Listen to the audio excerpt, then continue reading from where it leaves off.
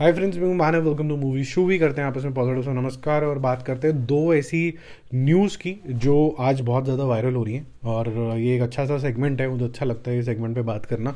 एक विचारधारा होती है, इससे मुझे आपका पल्स भी समझ में आता है कि आपका कितना इंटरेस्ट जनरेट हो रहा है। और कई बार एक्टर्स डायरेक्टर्स भी कुछ फेंक देते हैं जान के कि आपका इंटरेस्ट कितना जनरेट हो रहा है। ऑफ लेटली आपने देखा होगा बहुत सारी न्यूज़ शाहरुख खान की आ रही है।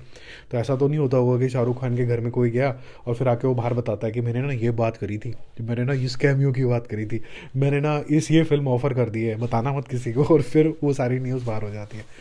तो मोटी मोटी बात कहने की ये है कि कुछ चीज़ें होती हैं जो टेस्टिंग के लिए होती है और कुछ होती है जेन्युइनली चल रही होती हैं। अब दबंग 4 की भी इसी तरीके से काफ़ी स्ट्रॉन्ग न्यूज़ है सलमान खान की कि जो सलमान खान और उसके जो ब्रदर्स हैं अरबाज खान, उन्होंने अटली को अप्रोच किया है for writing this movie and may be somebody else would direct it.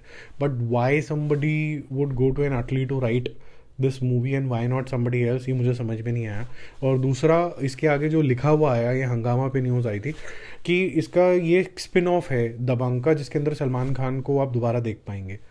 तो अगर ये स्पिन ऑफ लिखा हुआ जा रहा है तो स्पिन ऑफ का टेक्निकली मतलब क्या होता है कि जो मेन स्टोरी है उससे हटके कुछ स्टोरी, राइट।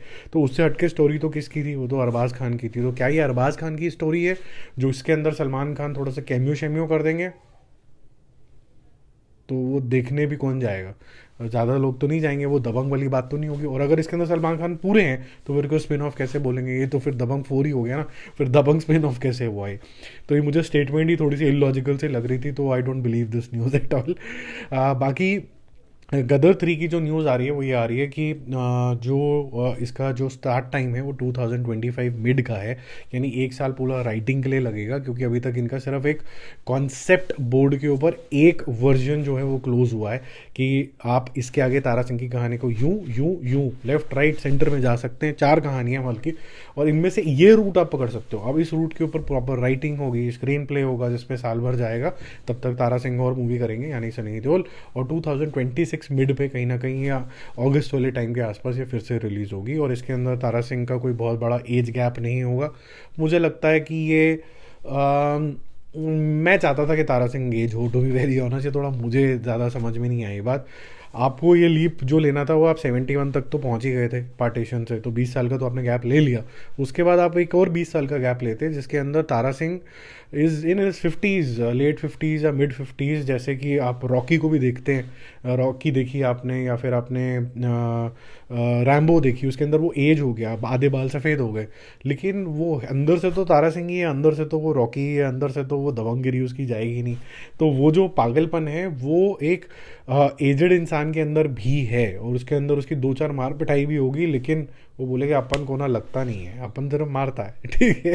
तो वो जो you age gracefully then you show that you can do a lot, तो बहुत मज़ा आएगा मेरे को लगता है उसमें। जब कभी भी ऐसी एज को प्रॉपरली दिखाया जाता है तो आजकल सक्सेस मिलनी शुरू हो गई है। आप जेलर का एग्जाम्पल देख लीजिए, आप विक्रम राठौड़ ऑफ जवान देख लीजिए। You represent right age and doing right things, the people will really appreciate.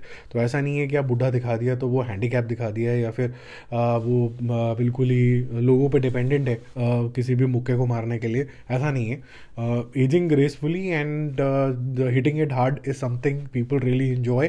थोड़ा रियल ऑथेंटिक ज़्यादा लगता है। बाकी जल्दी मिलते हैं और रिव्यूज़ और अपडेट्स से। Stay connected, bye bye.